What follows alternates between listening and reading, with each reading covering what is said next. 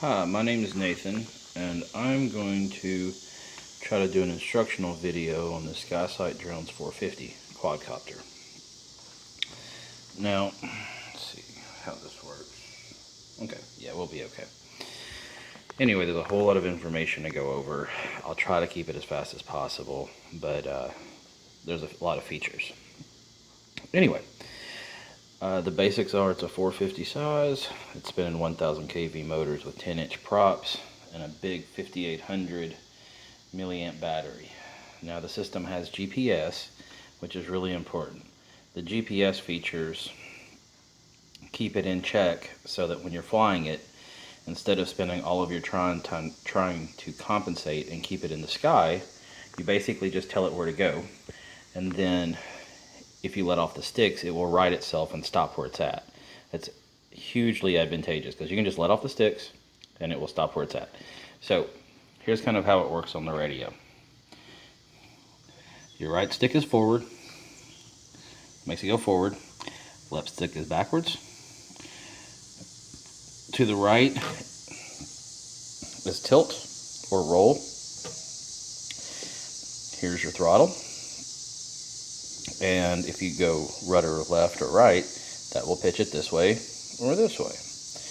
Now, to keep it in just a hover with the GPS, you need to make sure that this stick is not spring loaded, so you need to make sure that's in the middle. So that's really the only thing you have to think about is if you get yourself in kind of a weird spot, you just put the center stick in the middle, or I'm sorry, put the left stick in the middle and let off the other stick and it'll stop where it's at. So here's kind of the quick way to go. This is not a GoPro, it looks like one, it's an SJ4000. This camera films in 1080 high def, and it sends the information through a chipset in the back so that you have telemetry on your screen. I'm going to turn it on in a minute and I'll show you. The telemetry is very handy because that tells you how far away it is and how high up it is, and also how to get back home, because sometimes when you're in the air it's kind of hard to figure out, hey, where was I? So this will get you back home. There's been plenty of people that got lost and they ran out of battery and their drones crashed because they couldn't find their way back home. So that arrow is very, very handy. Now these motors spin in different directions. These have backward threads on them so that when the motor is spinning this way, the air resistance keeps the nut tight. So what I was saying, when the direction that this spins keeps this nut tight. So that's very important. The silver ones spin on traditionally. These tighten up counterclockwise. The resistance of the air keeps them tight. A big battery, it'll lift it. It's kind of heavy, but it lifts it just fine. It's got plenty of power. And it'll hold its own, and I think about the biggest wind that I've had it in is 25 mile an hour wind. And I don't really suggest flying when the wind's that much, but at least it will handle it. But I would say, try to fly on nice days, but if there is some wind, it'll hold it. What you want to do though is make sure that you've got plenty of satellites. The monitor over here tells you how many satellites you've got. Okay, so I also want to kind of touch on a couple of other things. There's a few ways to get video from your quad to yourself so that you can see, hey, what am I filming? Okay, so some people, instead of running a monitor, what they'll run is a traditional GoPro with Wi-Fi. Okay, and then they will use the Wi-Fi to see the image of their quad. That seems like a good idea on the outside, but I'm going to show you something that a lot of people don't realize. And what that is, if I can go ahead and connect to my GoPro, is that there's a really big lag. I mean, it's not huge. It's not a huge lag, but it's pretty significant.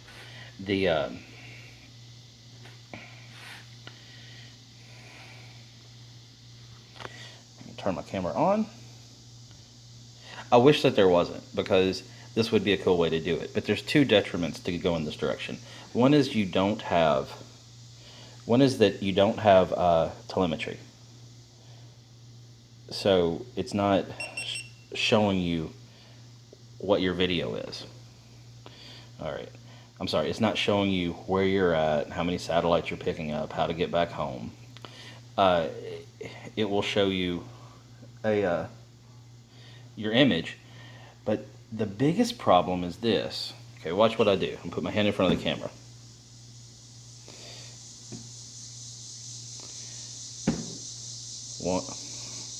One, two. There's almost a 2-second delay from the time it sees something till the time you see it on your screen. Now, that could be a real problem if you're flying. And I know that a lot of these quadcopters out there, they advertise, hey, you can use your tablet or your phone for you to see your video. The Solo does it. All of the Phantoms do it. You use your tablet or your phone as a monitor. But because of the way the system works, it presents a delay. So what if you're trying to keep your shot in frame?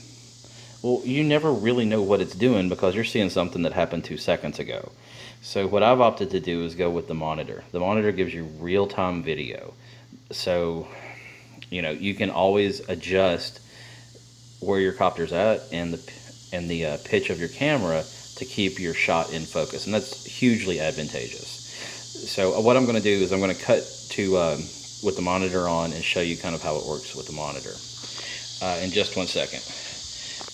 What you need to know is sort of how the system works. This SJ Cam, I've filmed with it before. I've done comparisons between it and the GoPro, and it is really, really close.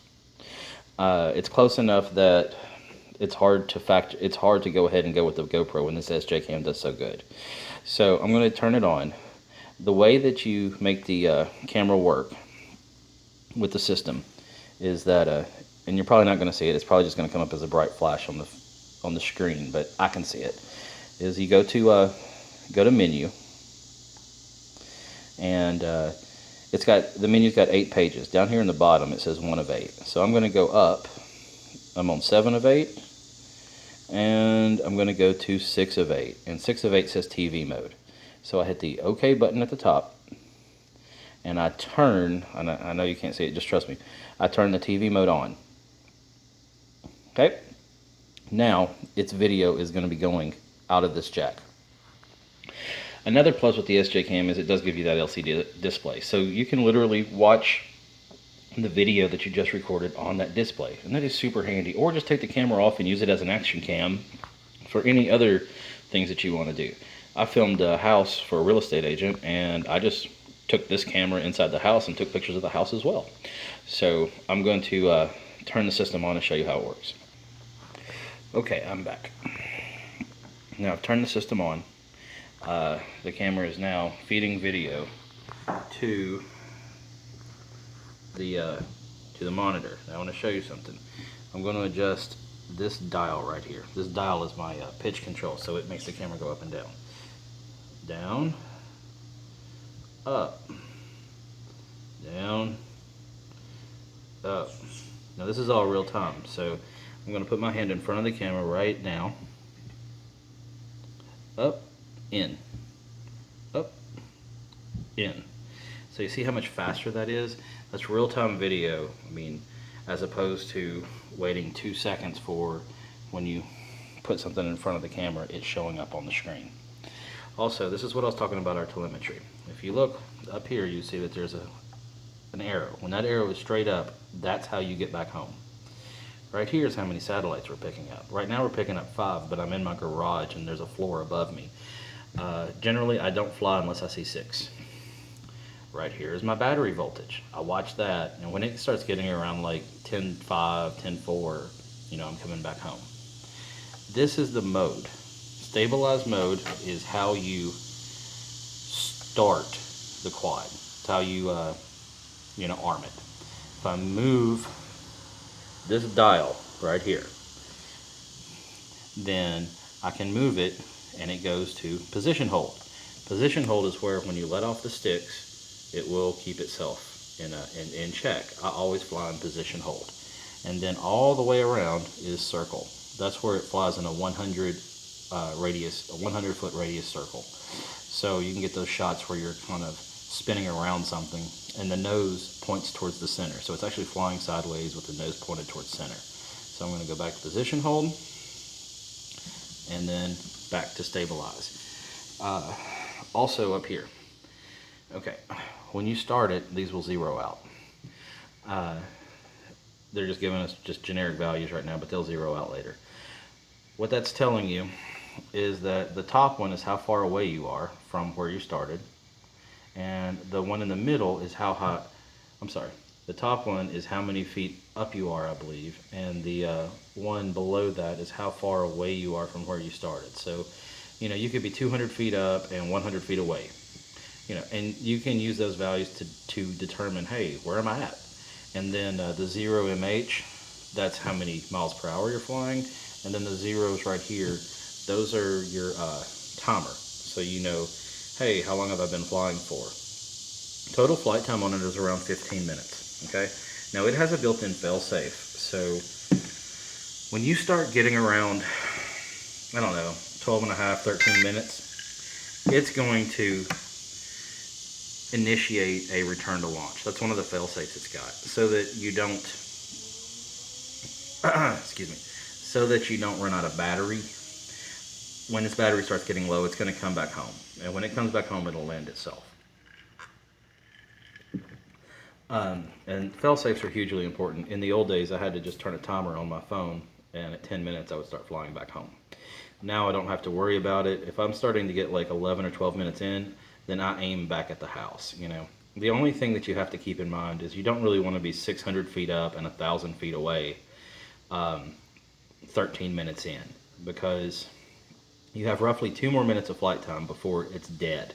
So somewhere around 10 or 11 minutes, start coming back home. That way you've got plenty of buffer, you know. And the way the fail-safe works is this.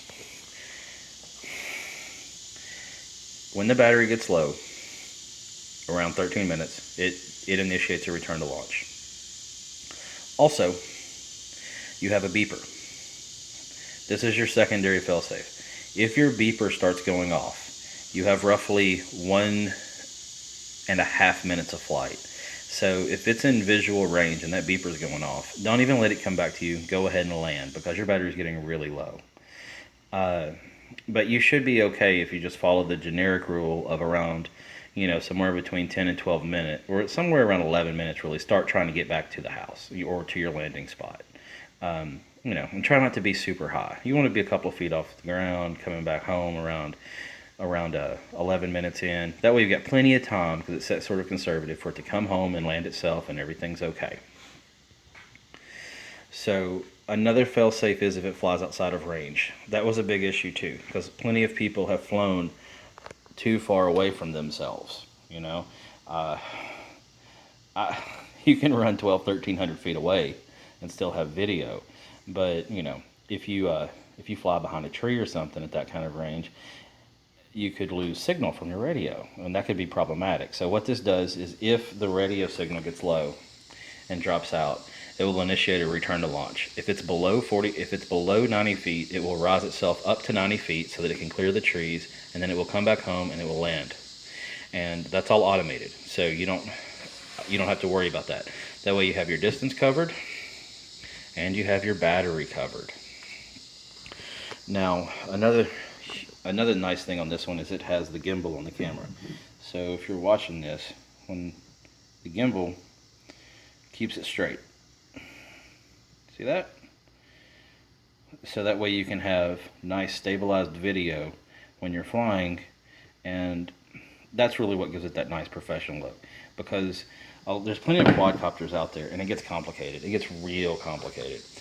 Plenty of quadcopters out there that have a camera, but the camera's not stabilized. So what happens is, every time it moves to make a correction, you see that in your video. So your video always looks like this.